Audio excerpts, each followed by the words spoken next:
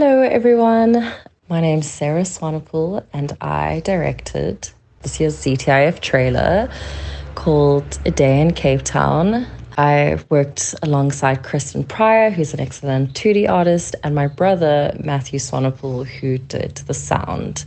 And I really hope you enjoyed this piece, and I'm just going to take you through how everything was made. So Diane approached me and asked if I wanted to create this year's theme and trailer. I immediately said yes. It's something I've been wanting to do, and I really want to test myself creatively to see if it's something I can do. So the theme had to be centered around ideas of conservation, and this is something that's very close to me. So I really wanted to do the story justice because it was essentially an open brief on style and, the initial story. I didn't want to spiral out of, what can I do, what can't I do? So I wrote a story a few years ago called The Dog, the Cow, and the Widowed Goose. And it follows these three characters as they try escape the devil's thorn that is a representation of human greed. But this story is written for a 3-minute long short, and, also to animate a dog, a cow, and a widowed goose will be quite difficult in the time span we had. And also the trailer only had to be 30 seconds. I feel like the story that I wrote was a story that I wanted to be told, and I still felt like it worked for the trailer. But the imagery wasn't important. It was rather the story. So I took out the key essence of what makes the story, and how can I retell it into a 30-second short. So I pinpointed down 3 ideas, and that was that all animals will die because of us, humans, because of our greed and our consumption. The story is very abstract, and the main characters are the animals, and humans are represented in abstract forms. So for me, that was the story, and the imagery wasn't too important. My next step was, now what is this imagery? What am I going to show? Again, without spiraling, I really just looked at, what illustrations am I doing currently? What can I pull from my current inspirations? Let me create imagery of stuff I want to create now. So I've noticed I was drawing a lot of, the sun, the moon, the stars, very, at the time I was very inspired by, as corny as it might sound, the universe. And immediately it came to me that show, the universe is showing us, what we need to know. So that's why I have, the sun and the moon kind of representative as the universe or Mother Nature. And she's like, listen, guys, this is what you need to know. I'm showing you everything. And then everything else started to come naturally. I started to research, what does conservation mean in the Western Cape? And I pinpointed down 5 animals, and that is the Cape Flats barber butterfly, the micro frog, the geometric tortoise, the giant redfin, and our beloved national bird, which is the blue crane. So I found this story of the blue crane quite sad, first of all, because this is our national bird, and I had no idea it was endangered. And the reason it's endangered is because of the way its eyes are positioned in its skull. It can't see power lines, and they get caught in them. I felt very hopeless, when I found this out, and all these animals are going endangered because of urbanization, too many wildfires, and alien plants. And none of this, I have a simple answer of what can I do. So that's why I also wanted the story, again, to be open-ended.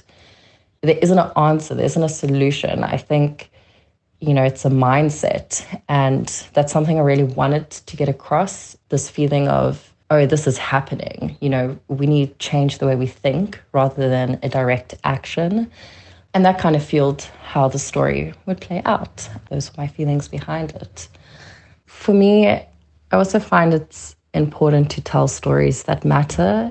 I wanted to create a visually beautiful piece, but I also wanted to create imagery that, maybe was a bit darker, because for me, this isn't a light subject matter. I didn't want to beat around the bush and be like, oh no, everything's going to be okay, because I truly don't believe it will unless everyone changes their mindset on, how we view our environment and the animals around us. That's why I think it is important to tell stories that aren't just beautiful. I mean, you can still create a beautiful piece, but, have with it just some sort of hidden message behind it. Because why not create things to make a difference? And that's why I think I was really excited to do this. Because not only, it allowed me to explore and have fun with style, it allowed me to put my voice out there. So to get started on now the actual production, we always start with pre-production, and that is a scramble of ideas, pieces of paper that I could find everywhere, just jotting down drawings and finding inspiration, just kind of a brain vomit wherever I could. I was doing it on scrap pieces of paper, I was doing it on my iPad. And then when it came time to, sit down and figure out the storyboard, I kind of just took these images that I was jotting down everywhere and placed them down on a board, and I kind of saw this rhythm of things kind of just turning around and appearing. This part of the process happened very organically. I like to trust how I feel on things, and this felt very easy, and it felt like this is how it should play out. At least that was my creative process on it. I like to allow myself to have a little bit of ease, and if I feel like an idea comes naturally and it's not too forced, then I like to go along with it. But if I obviously, I like to develop ideas, but I feel like if an idea is fighting me, then I don't go with it. But this all came very organically, all very naturally. I originally wanted this piece to actually be quite clean looking, style-wise, because when I was picturing the motion in my head, it felt very motion graphics-y, which I think it is. And motion graphics tends to have this very clean look to it, but that didn't feel right for this piece when I started to actually bring it into practice.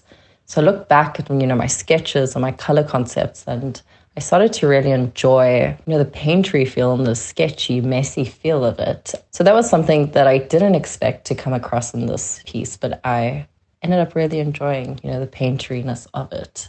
So now the actual pipeline of creating this. So I'm a 3D artist and an illustrator, so I was predominantly involved in, the pre-production, and I was involved obviously then with the 3D.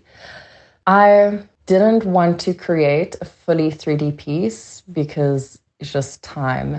And because I'm not a 2D artist, I was like, for me to now try gather, some 2D skills to be able to finish this piece in time would be unrealistic. So I was like, let me just join it.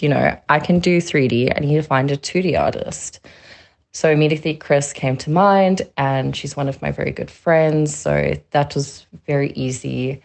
Our workflow, we bounced ideas off each other very easily. That also happened very organically. So you're kind of trying to figure out these scenes, what would be 3D, what would be 2D. Chris and I just sat together and we were like, what is easy for you? What is easy for me? Let's do that.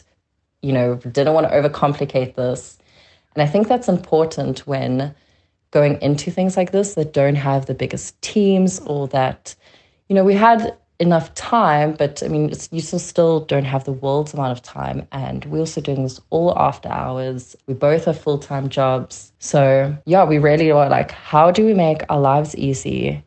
And how do we pull this all off? And even with the imagery, while I was, doing the pre-production, I kept in mind, what is easy enough to do? I think, what was interesting about the pipeline was that Chris and I actually did a lot of this on our iPads. I did a lot of the sculpting of the 3D characters on our iPad, and Chris did 90% of the 2D work on our iPad. So that also gave us a level of ease. And, because we're doing it at night, we want to be comfy. So we were doing it mostly on our couches, except when I have to go back to my computer to light and render stuff. And my lovely little Oreo kept me company. She's the best assistant. But we really just try to find ways, to still make this enjoyable for us. Like as much as you can enjoy a project, you want to chill in your evenings. So we kind of adopted this idea that doing something every night was better than doing nothing. So for me, whether it was, touching up on an illustration, maybe trying to find ways to improve a shot, or, just doing something small, just even doing a simple lighting setup, or just doing something rather than doing nothing, that always gets the job done. And, with stuff like this, it's about getting the job done and making it look as good as possible. Thank you, you lovely people. I hope you enjoyed this. I hope it gave you a bit of insight on, I guess, my thought processes and a bit of behind the scenes on how we finished this whole project. Feel free to also message me on Instagram or send me an email. If you have any other questions, I'm more than happy to share more in-depth behind the scenes with anyone who might be curious. Let's all help each other out, and let's also think about, our animals and our environment as we move forward.